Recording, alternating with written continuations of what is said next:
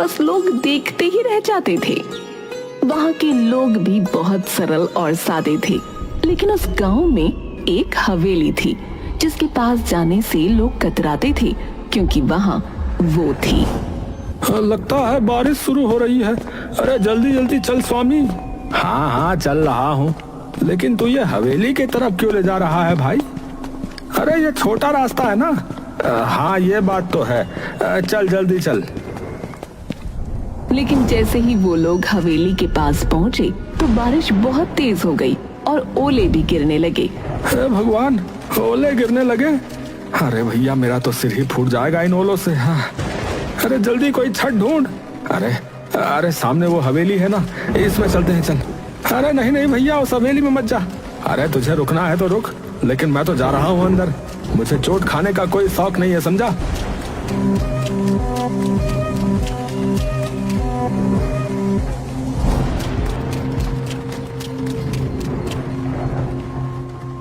और फिर उन्होंने नजर घुमाकर हवेली को देखा। हवेली इतनी पुरानी थी जितना पुराना गांव, लेकिन इतनी पुरानी होने के बावजूद वो जर्जर नहीं थी, लेकिन हाँ डरावनी जरूर थी। अरे यार, ये बारिश के चक्कर में हम कहाँ आकर रुक गए। जल्दी बारिश रुके तो हम यहाँ से भागे। अरे भाई ये आवाज किसकी है? कौन सी आवाज है? भाई मजाक मत कर यार। ये कौन आ गया? ये कौन आ गया? ये कौन आ गया? उन लोगों ने घूम कर देखा तो हवेली के एक कोने में अजीब सी बुढ़िया बैठी थी, जिसके सफेद बाल खुले हुए थे और वो कुछ बड़बड़ा रही थी।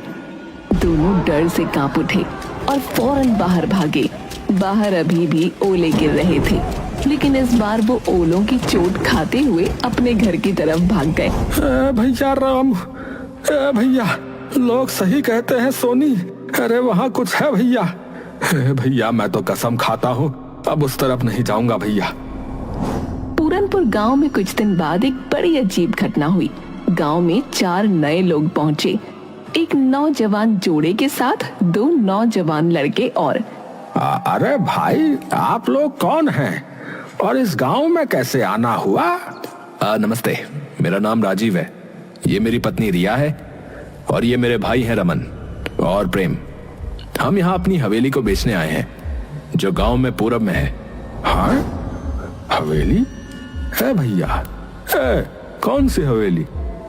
वो जो बरगद के पेड़ के पास वाली, वो वही ना? हाँ हाँ वही, हमारे दादाजी की थी, अब हम उसे बेचना चाहते हैं। ये सुनकर मुखिया हैरान हो गया और गांव वालों की भीड़ जमा हो गई। सब फुसफुसाने लगे। तभी मुखिया सीरियस होकर बोला, बेटा वो हवेली आज भी गांव के डर का कारण है। वहाँ एक बुढ़िया दिखती है अजीब सी।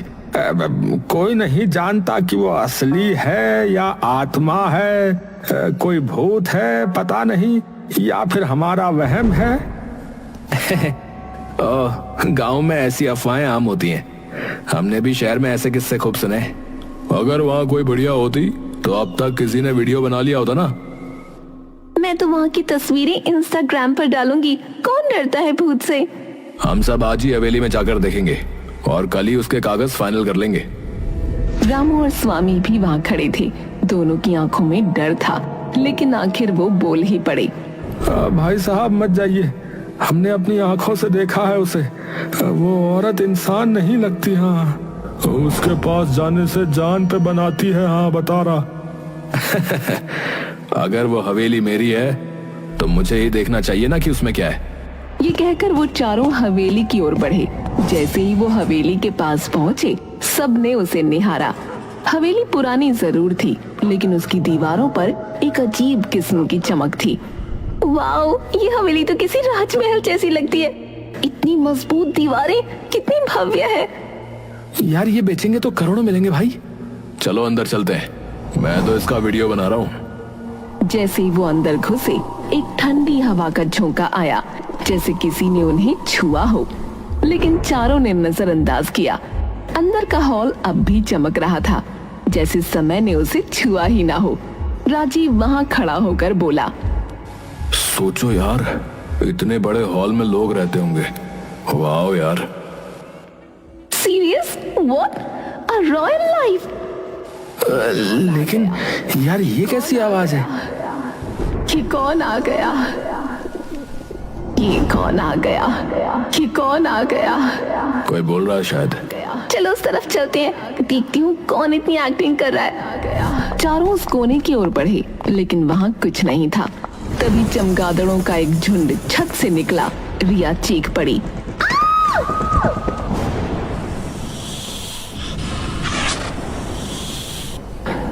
अरे बाप रे, सांप! अरे भागो भाई! हे भगवान, ये हवेली तो जंगल हो रखी है। अफवाहों का भूत और असली जानवरों का आतंक।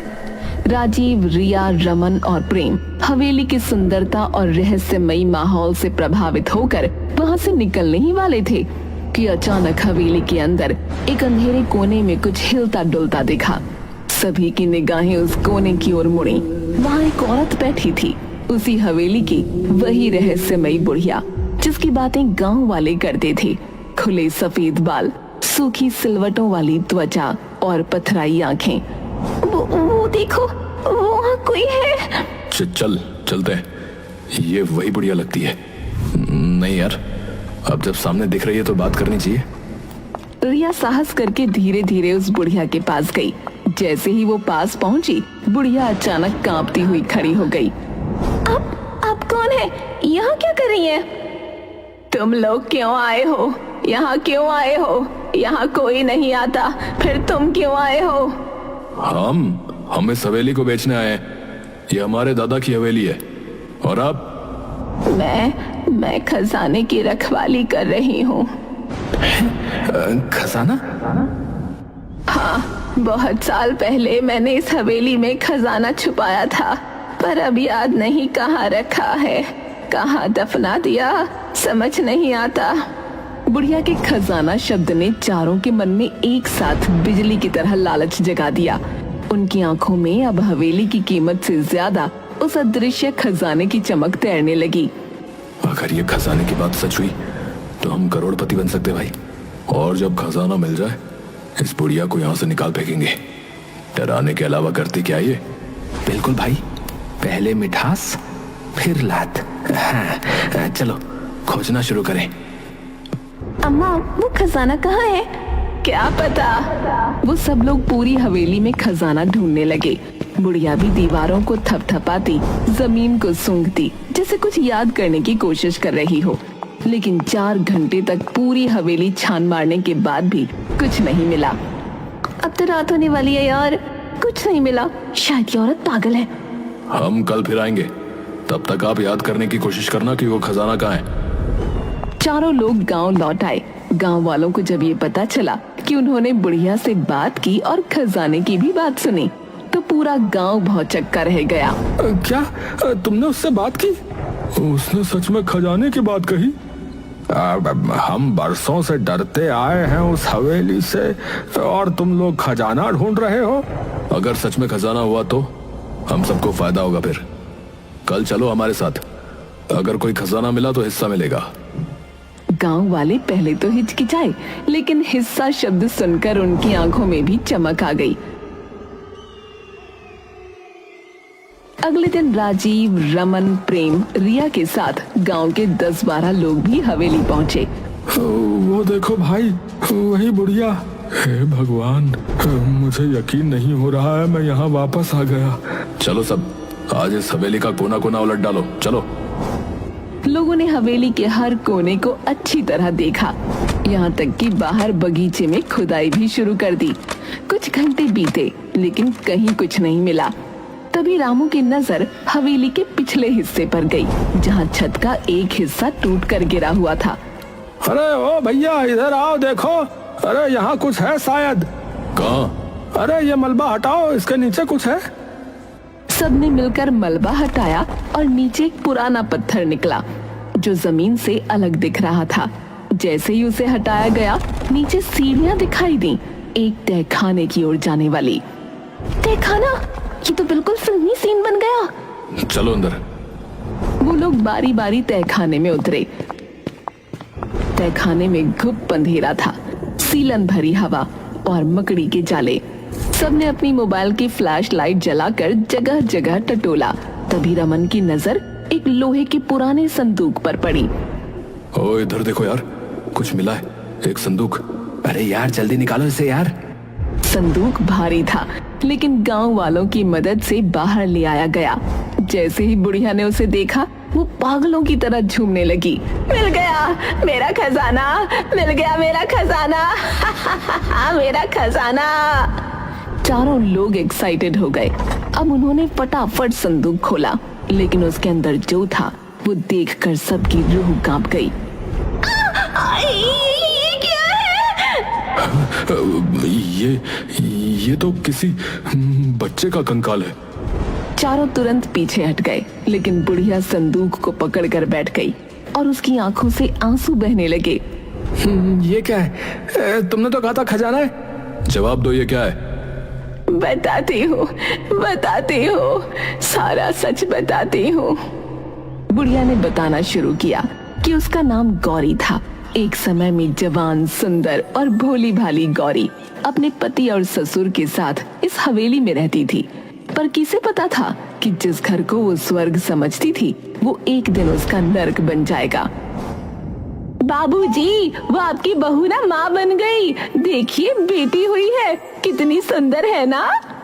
क्या कहा बेटी? तुझे शर्म नहीं आती है? हमारे खानदान में बेटी नहीं होती, बेटा चाहिए था, बेटा। मुझे तो इससे बात भी नहीं करनी, निकम्मी औरत। गौरी के पति ने न तो बेटी को गोद में लिया, न कभी उसकी शक्ल देखी। बच्ची के जन्म के साथ ही मानो हवेली का हर कोना ठंडा और बेरंग हो गया। गौरी अकेली पड़ गई, अपनी नन्ही जान को सीने से लगाकर हर दिन अपमान और तानों से लड़ती। बाबा, मैं क्या करूं? मुझे बेटा चाहिए, कोई उपाय बताओ। उपाय है, अपनी बेटी की बलि चढ़ाओ। रक्त की आग में पुत्र की राख से जन्म होगा। उसने बिना कुछ सोचे तांत्रिक की बात मान ली। एक रात हवेली के तहखाने में जहां अंधेरा रहता था, वहीं उसने अपनी ही बेटी की हत्या कर दी। उसके साथ उसका ससुर और 2 नौकर भी थे। सबने देखा, लेकिन सब चुप थे। उधर गौरी की आंख खुली तो बच्ची को न देखकर तड़प उठी। मेरी बच्ची कहाँ है? वो तो मेरे साथ थी। गौरी उसे हर जगह ढूंढते हुए आखिरकार तहखाने की ओर भागी और वहां का नजारा देख चीख पड़ी। नहीं, ये क्या कर दिया तुमने? मेरी बच्ची! गौरी पागल हो गई। उसके भीतर की मां जल उठी। उसी तहखाने में पड़ा एक बड़ा चाकू उठाया और एक एक करके सबका खात्मा कर दिया। मेरी बच्ची के खून से कोई बेटा नहीं मिलेगा तुझे, सिर्फ अभिशाप लगेगा तुझे। सब मारे गए और गौरी वहीं तहखाने में अपनी मरी हुई बच्ची की लाश को सीने से लगाए घंटों बैठी रही, शायद कई दिन। और फिर एक दिन उसने उस नन्ही लाश को एक संदूक में बंद किया, जैसे वो कोई खजाना हो। सो जा मेरी रानी, अब कोई तुझे नहीं छीन सकता, तू मेरा अनमोल खजाना है। वो संदूक लेकर वहीं तहखाने में बैठी रही। वक्त के साथ सब बदल गया। हवेली सुनसान हो गई और जब वो एक दिन ऊपर आई तो छत का एक हिस्सा गिर पड़ा। तहखाने का रास्ता हमेशा के लिए बंद हो गया। गौरी ऊपर रह गई और संदूक नीचे छुप गया। यादें धुंधली हो गईं, पर उसका पागलपन वही रहा।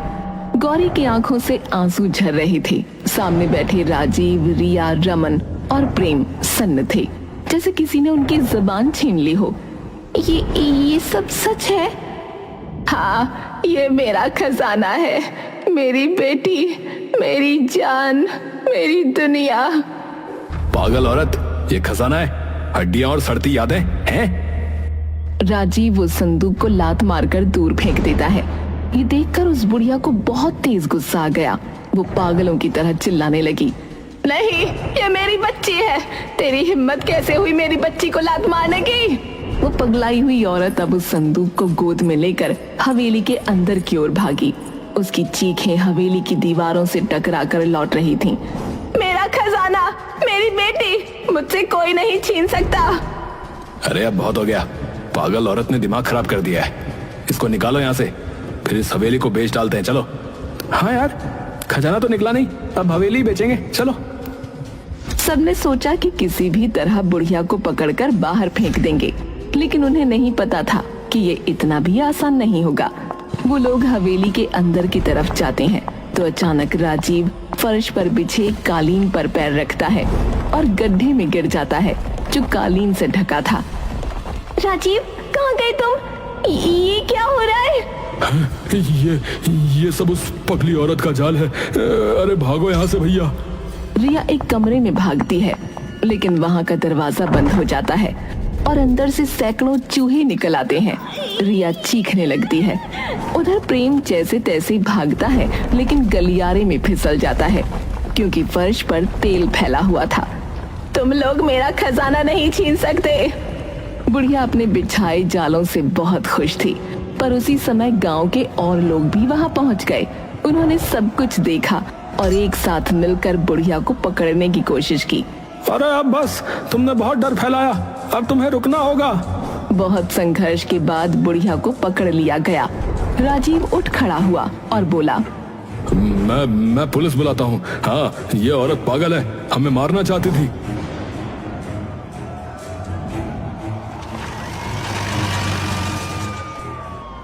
पुलिस जल्दी ही पहुंच गई। सर, हम तो ये हवेली बेचने आए थे। ये औरत हम पर हमला कर रही थी। पागल है सर ये। हाँ, मैं पागल हूँ, लेकिन ये हवेली मेरी है, मेरे खून से सींची गई है। तुम लोग इसे अपना कहते हो, क्या सबूत है तुम्हारे पास? पुलिस को बुढ़िया की बात सही लगी, इसीलिए उन्होंने उनसे कागज मांगे, सबूत मांगे, लेकिन चारों लोगों के पास कुछ नहीं था, न कोई दस्तावेज, न कोई अधिकार। गांव वाले भी अब शंका से भर उठे। राजीव बताओ, इस हवेली का इतिहास क्या है, बोलो। वो हम तो बस अरे वो क्या कर रहा है? हमें फोन करके तू नहीं बुलाया ना, लेकिन अब लग रहा है कि तेरा झूठ पकड़ में आ चुका है। अब चुपचाप सच बोल दे, वरना सीधे जेल ले जाएंगे तेने। हाँ, हमने हवेली पर कब्जा करने की कोशिश की थी ताकि उसे किसी फॉरेनर को बेचकर पैसे कमा सकें। हमें किसी ने यहाँ के बारे में बताया था, तो हमने सोचा कि गांव वालों को बेवकूफ बनाकर अपना काम निकाल लेंगे। हमें माफ कर दीजिए। हैं? माफी? हाँ, जरूर मिलेगी ना माफी। चलो सीधे थाने, चलो, वहीं करेंगे तुम्हें सब माफ। पुलिस ने चारों को गिरफ्तार कर लिया और फिर रामू आगे आया। उसने सबको देखा और बोला, इतनी बड़ी कहानी हो गई, हमें आज पता चल रहा है। देखो भैया, गांव वालों, मुझे लगता है कि हमें इस बच्ची का जो है अंतिम संस्कार करना चाहिए। ये जरूरी है भैया। सबने मिलकर उस मासूम बच्ची की अस्थियों का विधि पूर्वक अंतिम संस्कार किया। बुढ़िया फूट फूट कर रोती रही, उसकी सालों की पीड़ा अब बह रही थी। उसके बाद पुलिस ने बुढ़िया को एक मानसिक चिकित्सालय भेज दिया, पर कहानी यहीं खत्म नहीं हुई।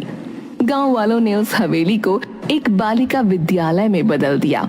बाहर एक पट्टिका लगी जिस पर लिखा था, गौरी कन्या विद्यालय, एक माँ की याद में। ये कहानी है पूरनपुर गांव की, जो इतना खूबसूरत था कि बस लोग देखते ही रह जाते थे। वहाँ के लोग भी बहुत सरल और सादे थे, लेकिन उस गांव में एक हवेली थी जिसके पास जाने से लोग कतराते थे, क्योंकि वहाँ वो थी। लगता है बारिश शुरू हो रही है। अरे जल्दी जल्दी चल स्वामी। हाँ हाँ, चल रहा हूँ, लेकिन तू ये हवेली की तरफ क्यों ले जा रहा है भाई? अरे ये छोटा रास्ता है ना। हाँ, ये बात तो है। चल जल्दी चल। लेकिन जैसे ही वो लोग हवेली के पास पहुँचे तो बारिश बहुत तेज हो गई और ओले भी गिरने लगे। अरे भगवान, ओले गिरने लगे? अरे भैया, मेरा तो सिर ही फूट जाएगा इन ओलों से। हाँ। अरे जल्दी कोई छत ढूंढ। अरे सामने वो हवेली है ना, इसमें चलते हैं, चल।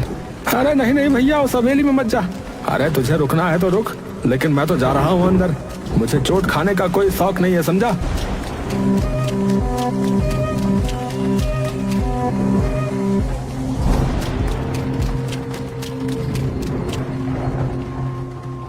और फिर उन्होंने नजर घुमाकर हवेली को देखा। हवेली इतनी पुरानी थी जितना पुराना गांव, लेकिन इतनी पुरानी होने के बावजूद वो जर्जर नहीं थी, लेकिन हाँ, डरावनी जरूर थी। अरे यार, ये बारिश के चक्कर में हम कहाँ आकर रुक गए। जल्दी बारिश रुके तो हम यहाँ से भागे। अरे भाई, ये आवाज किसकी है? कौन सी आवाज है? भाई मजाक मत कर यार। ये कौन आ गया? ये कौन आ गया? ये कौन आ गया? उन लोगों ने घूम कर देखा तो हवेली के एक कोने में अजीब सी बुढ़िया बैठी थी, जिसके सफेद बाल खुले हुए थे और वो कुछ बड़बड़ा रही थी। दोनों डर से कांप उठे और फौरन बाहर भागे। बाहर अभी भी ओले गिर रहे थे, लेकिन इस बार वो ओलों की चोट खाते हुए अपने घर की तरफ भाग गए। भैया राम, भैया, लोग सही कहते हैं सोनी। अरे वहाँ कुछ है भैया। भैया, मैं तो कसम खाता हूँ अब उस तरफ नहीं जाऊंगा भैया। पूरनपुर गांव में कुछ दिन बाद एक बड़ी अजीब घटना हुई। गांव में 4 नए लोग पहुंचे, एक नौजवान जोड़े के साथ 2 नौजवान लड़के और। अरे भाई, आप लोग कौन हैं और इस गांव में कैसे आना हुआ? नमस्ते, मेरा नाम राजीव है। ये मेरी पत्नी रिया है और ये मेरे भाई हैं रमन और प्रेम। हम यहाँ अपनी हवेली को बेचने आए हैं, जो गांव में पूरब में है। हाँ, हवेली है भैया? कौन सी हवेली? वो जो बरगद के पेड़ के पास वाली, वही ना? हाँ हाँ, वही। हमारे दादाजी की थी, अब हम उसे बेचना चाहते हैं। ये सुनकर मुखिया हैरान हो गया और गांव वालों की भीड़ जमा हो गई। सब फुसफुसाने लगे। तभी मुखिया सीरियस होकर बोला, बेटा, वो हवेली आज भी गांव के डर का कारण है। वहाँ एक बुढ़िया दिखती है, अजीब सी। कोई नहीं जानता कि वो असली है या आत्मा है, कोई भूत है पता नहीं, या फिर हमारा वहम है। गांव में ऐसी अफवाहें आम होती हैं। हमने भी शहर में ऐसे किस्से खूब सुने। अगर वहाँ कोई बढ़िया होती तो अब तक किसी ने वीडियो बना लिया होता ना। मैं तो वहाँ की तस्वीरें इंस्टाग्राम पर डालूंगी, कौन डरता है भूत से। हम सब आज ही हवेली में जाकर देखेंगे और कल ही उसके कागज फाइनल कर लेंगे। रामू और स्वामी भी वहाँ खड़े थे। दोनों की आंखों में डर था, लेकिन आखिर वो बोल ही पड़े। भाई साहब, मत जाइए, हमने अपनी आंखों से देखा है उसे। वो औरत इंसान नहीं लगती। हाँ, उसके पास जाने से जान पे बनाती है। हाँ, बता रहा। अगर वो हवेली मेरी है तो मुझे ही देखना चाहिए ना कि उसमें क्या है। ये कहकर वो चारों हवेली की ओर बढ़े। जैसे ही वो हवेली के पास पहुँचे, सबने उसे निहारा। हवेली पुरानी जरूर थी, लेकिन उसकी दीवारों पर एक अजीब किस्म की चमक थी। वाओ, ये हवेली तो किसी राजमहल जैसी लगती है। इतनी मजबूत दीवारें, कितनी भव्य है। यार, ये बेचेंगे तो करोड़ों मिलेंगे भाई। चलो अंदर चलते हैं, मैं तो इसका वीडियो बना रहा हूँ। जैसे ही वो अंदर घुसे, एक ठंडी हवा का झोंका आया, जैसे किसी ने उन्हें छुआ हो, लेकिन चारों ने नजरअंदाज किया। अंदर का हॉल अब भी चमक रहा था, जैसे समय ने उसे छुआ ही ना हो। राजीव वहाँ खड़ा होकर बोला, सोचो यार, इतने बड़े हॉल में लोग रहते होंगे। वाओ यार। Serious? What? A royal life? लेकिन यार, ये कैसी आवाज है? ये कौन आ गया? ये कौन आ गया? ये कौन आ गया? कोई बोल रहा है शायद। चलो उस तरफ चलते हैं, देखती हूँ कौन इतनी एक्टिंग कर रहा है। चारों उस कोने की ओर बढ़े, लेकिन वहाँ कुछ नहीं था। तभी चमगादड़ों का एक झुंड छत से निकला। रिया चीख पड़ी।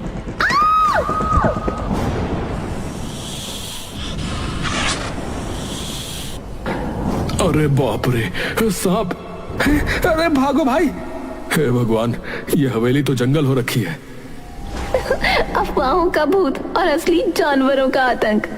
राजीव, रिया, रमन और प्रेम हवेली की सुंदरता और रहस्यमयी माहौल से प्रभावित होकर वहां से निकलने ही वाले थे कि अचानक हवेली के अंदर एक अंधेरे कोने में कुछ हिलता डुलता दिखा। सभी की निगाहें उस कोने की ओर मुड़ी। वहां एक औरत बैठी थी, उसी हवेली की वही रहस्यमयी बुढ़िया जिसकी बातें गांव वाले करते थे। खुले सफेद बाल, सूखी सिलवटों वाली त्वचा और पथराई आंखें। वो देखो, वहाँ कोई है। चलते हैं। ये वही बुढ़िया लगती है। नहीं यार, अब जब सामने दिख रही है तो बात करनी चाहिए। रिया साहस करके धीरे धीरे उस बुढ़िया के पास गई। जैसे ही वो पास पहुंची, बुढ़िया अचानक कांपती हुई खड़ी हो गई। आप कौन है? यहाँ क्या कर रही है? तुम लोग क्यों आए हो? यहाँ क्यों आए हो? यहाँ कोई नहीं आता, फिर तुम क्यों आए हो? हम इस हवेली को बेचने आए हैं। ये हमारे दादा की हवेली है। और आप? मैं खजाने की रखवाली कर रही हूँ। खजाना? हाँ, बहुत साल पहले मैंने इस हवेली में खजाना छुपाया था, पर अब याद नहीं कहाँ रखा है, कहाँ दफना दिया, समझ नहीं आता। बुढ़िया के खजाना शब्द ने चारों के मन में एक साथ बिजली की तरह लालच जगा दिया। उनकी आंखों में अब हवेली की कीमत से ज्यादा उस अदृश्य खजाने की चमक तैरने लगी।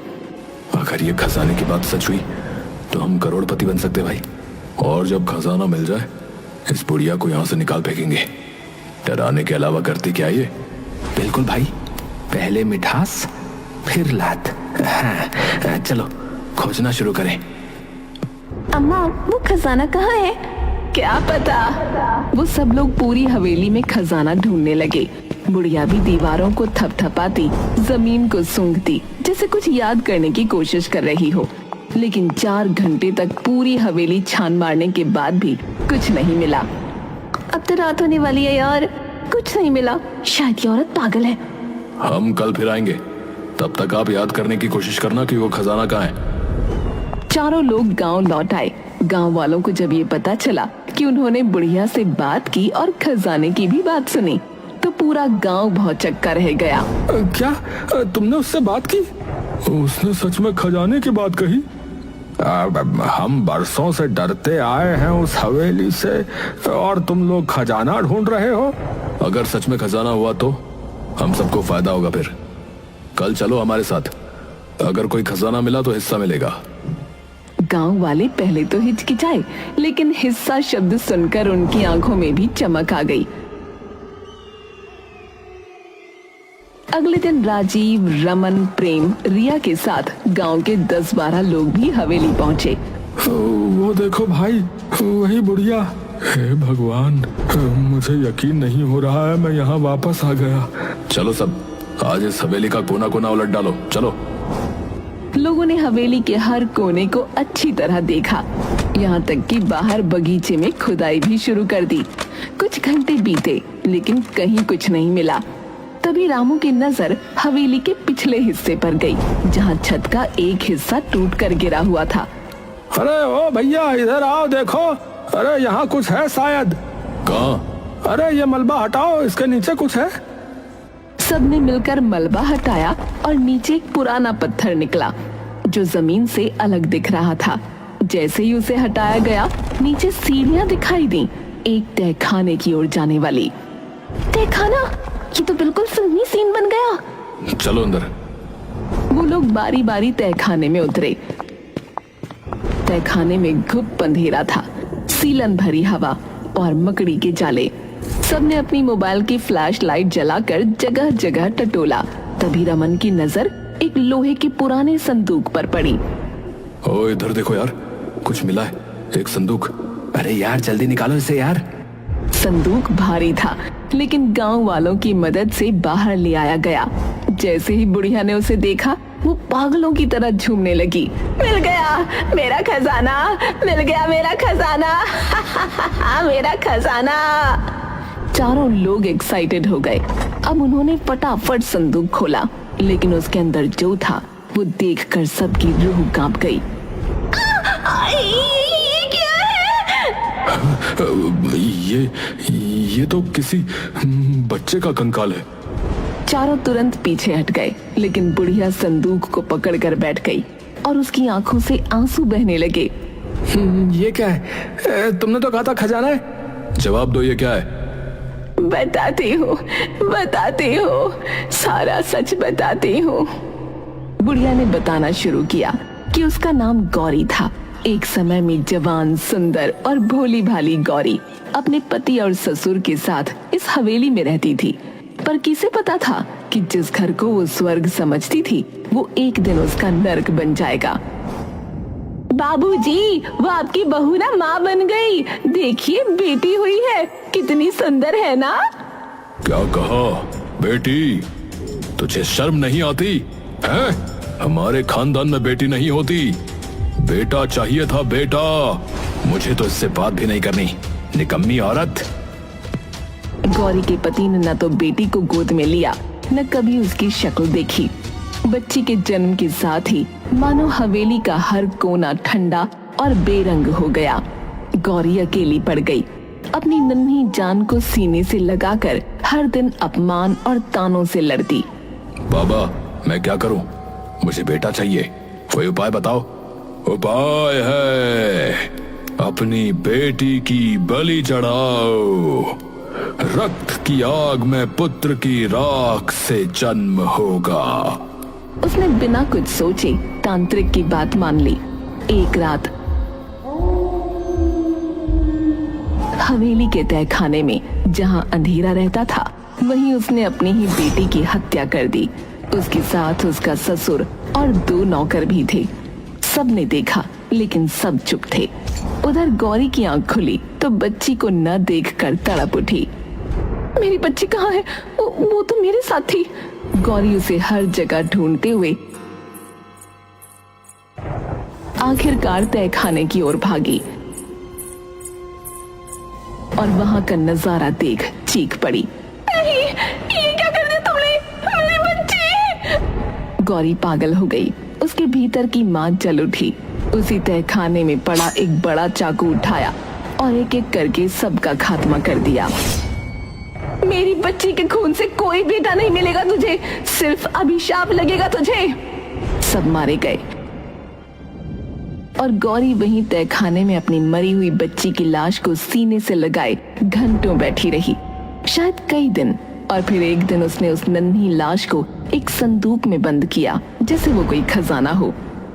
सो जा मेरी रानी, अब कोई तुझे नहीं छीन सकता, तू मेरा अनमोल खजाना है। वो संदूक लेकर वहीं तहखाने में बैठी रही। वक्त के साथ सब बदल गया। हवेली सुनसान हो गई और जब वो एक दिन ऊपर आई तो छत का एक हिस्सा गिर पड़ा। तहखाने का रास्ता हमेशा के लिए बंद हो गया। गौरी ऊपर रह गई और संदूक नीचे छुप गया। यादें धुंधली हो गईं, पर उसका पागलपन वही रहा। गौरी की आंखों से आंसू झर रहे थे। सामने बैठे राजीव, रिया, रमन और प्रेम सन्न थे, जैसे किसी ने उनकी जुबान छीन ली हो। ये सब सच है? हाँ, ये मेरा खजाना है, मेरी बेटी, मेरी जान, मेरी दुनिया। पागल औरत, ये खजाना है, हड्डियां और सड़ती यादें हैं? राजीव वो संदूक को लात मारकर दूर फेंक देता है। ये देखकर उस बुढ़िया को बहुत तेज गुस्सा आ गया। वो पागलों की तरह चिल्लाने लगी, नहीं, ये मेरी बच्ची है। तेरी हिम्मत कैसे हुई मेरी बच्ची को लात मारने की? वो पगलाई हुई औरत अब उस संदूक को गोद में लेकर हवेली के अंदर की ओर भागी। उसकी चीखें हवेली की दीवारों से टकराकर लौट रही थीं। मेरा खजाना, मेरी बेटी, मुझसे कोई नहीं छीन सकता। अरे अब बहुत हो गया, पागल औरत ने दिमाग खराब कर दिया है। इसको निकालो यहाँ से, फिर इस हवेली को बेच डालते हैं। चलो। हाँ यार, खजाना तो निकला नहीं, अब हवेली बेचेंगे, चलो। सबने सोचा कि किसी भी तरह बुढ़िया को पकड़कर बाहर फेंक देंगे, लेकिन उन्हें नहीं पता था कि ये इतना भी आसान नहीं होगा। वो लोग हवेली के अंदर की तरफ जाते हैं तो अचानक राजीव फर्श पर बिछे कालीन पर पैर रखता है और गड्ढे में गिर जाता है जो कालीन से ढका था। राजीव, कहाँ गए तुम? ये क्या हो रहा है? ये सब उस पगली औरत का जाल है। अरे भागो यहाँ से भैया। रिया एक कमरे में भागती है, लेकिन वहाँ का दरवाजा बंद हो जाता है और अंदर से सैकड़ों चूहे निकल आते हैं। रिया चीखने लगती है। उधर प्रेम जैसे तैसे भागता है, लेकिन गलियारे में फिसल जाता है क्योंकि फर्श पर तेल फैला हुआ था। तुम लोग मेरा खजाना नहीं छीन सकते। बुढ़िया अपने बिछाए जालों से बहुत खुश थी, पर उसी समय गांव के और लोग भी वहां पहुंच गए। उन्होंने सब कुछ देखा और एक साथ मिलकर बुढ़िया को पकड़ने की कोशिश की। अरे अब बस, तुमने बहुत डर फैलाया, अब तुम्हें रुकना होगा। बहुत संघर्ष के बाद बुढ़िया को पकड़ लिया गया। राजीव उठ खड़ा हुआ और बोला, मैं पुलिस बुलाता हूँ। हाँ, ये औरत पागल है, हमें मारना चाहती थी।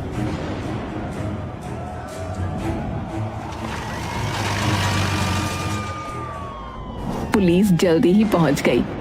सर, हम तो ये हवेली बेचने आए थे। ये औरत हम पर हमला कर रही थी। पागल है सर ये। हाँ, मैं पागल हूँ, लेकिन ये हवेली मेरी है, मेरे खून से सींची गई है। तुम लोग इसे अपना कहते हो, क्या सबूत है तुम्हारे पास?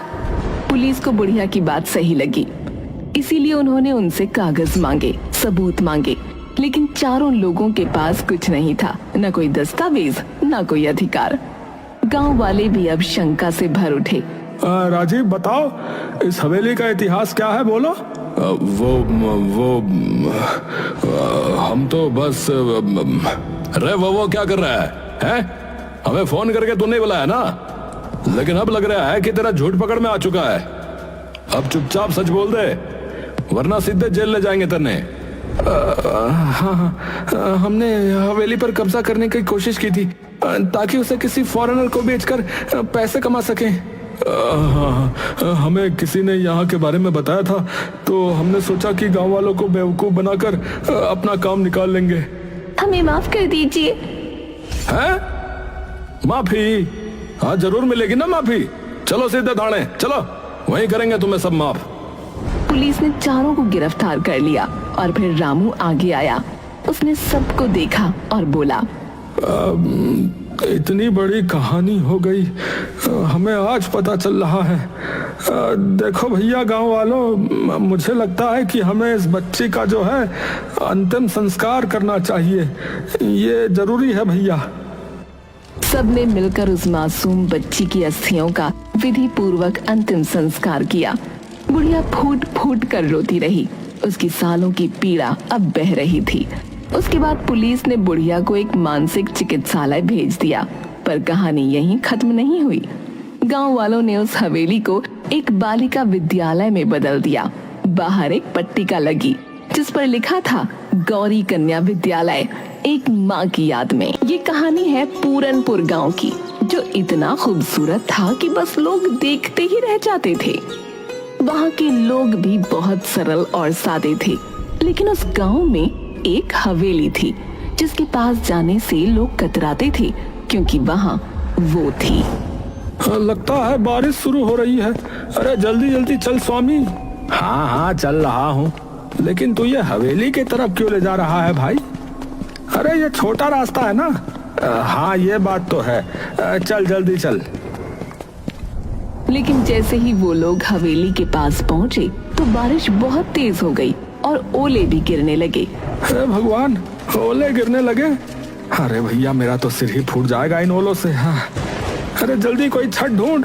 अरे सामने वो हवेली है ना, इसमें चलते हैं, चल। अरे नहीं नहीं भैया, उस हवेली में मत जा। अरे तुझे रुकना है तो रुक, लेकिन मैं तो जा रहा हूँ अंदर। मुझे चोट खाने का कोई शौक नहीं है, समझा?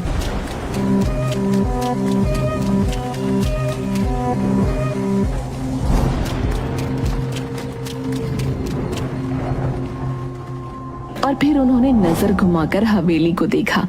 हवेली इतनी पुरानी थी जितना पुराना गांव, लेकिन इतनी पुरानी होने के बावजूद वो जर्जर नहीं थी, लेकिन हाँ, डरावनी जरूर थी। अरे यार, ये बारिश के चक्कर में हम कहाँ आकर रुक गए। जल्दी बारिश रुके तो हम यहाँ से भागे। अरे भाई, ये आवाज किसकी है? कौन सी आवाज है? भाई मजाक मत कर यार। ये कौन आ गया? ये कौन आ गया? ये कौन आ गया? उन लोगों ने घूम कर देखा तो हवेली के एक कोने में अजीब सी बुढ़िया बैठी थी, जिसके सफेद बाल खुले हुए थे और वो कुछ बड़बड़ा रही थी। दोनों डर से कांप उठे और फौरन बाहर भागे। बाहर अभी भी ओले गिर रहे थे, लेकिन इस बार वो ओलों की चोट खाते हुए अपने घर की तरफ भाग गए। भैया राम, भैया, लोग सही कहते हैं सोनी। अरे वहाँ कुछ है भैया। भैया मैं तो कसम खाता हूँ अब उस तरफ नहीं जाऊंगा भैया। पूरनपुर गांव में कुछ दिन बाद एक बड़ी अजीब घटना हुई। गांव में 4 नए लोग पहुंचे, एक नौजवान जोड़े के साथ 2 नौजवान लड़के और। अरे भाई आप लोग कौन हैं और इस गांव में कैसे आना हुआ? नमस्ते, मेरा नाम राजीव है, ये मेरी पत्नी रिया है और ये मेरे भाई हैं रमन और प्रेम। हम यहाँ अपनी हवेली को बेचने आए हैं जो गांव में पूरब में है। हाँ हवेली है भैया? कौन सी हवेली? वो जो बरगद के पेड़ के पास वाली, वही ना? हाँ हाँ वही, हमारे दादाजी की थी, अब हम उसे बेचना चाहते हैं। ये सुनकर मुखिया हैरान हो गया और गांव वालों की भीड़ जमा हो गई। सब फुसफुसाने लगे। तभी मुखिया सीरियस होकर बोला, बेटा वो हवेली